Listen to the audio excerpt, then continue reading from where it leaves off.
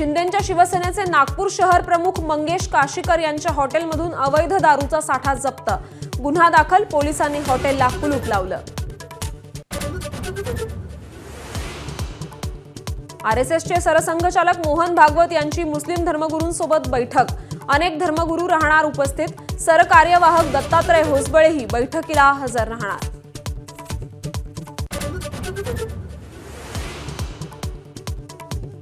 2006 मुंबई साखळी स्फोट प्रकरणी आज सुप्रीम कोर्टात सुनावणी। हायकोर्टाकडून सर्व आरोपींची निर्दोष सुटका, निकालाला राज्य सरकारचं सर्वोच्च न्यायालयात आव्हान।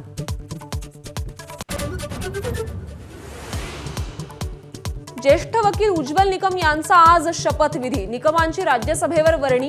आज सकाळी 11 वाजता पार पडणार शपथविधी सोहळा।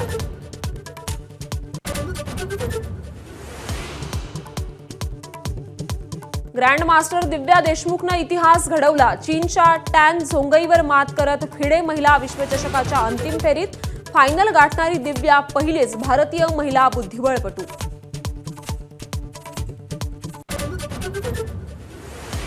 मँचेस्टर कसोटीच्या पहिल्या दिवशी भारताच्या 4 बाद 264 धावा। जडेजा आणि शार्दूल मैदानात, तर साई आणि जयस्वालची अर्धशतकी खेळी। फलंदाजी दरम्यान पंत जखमी।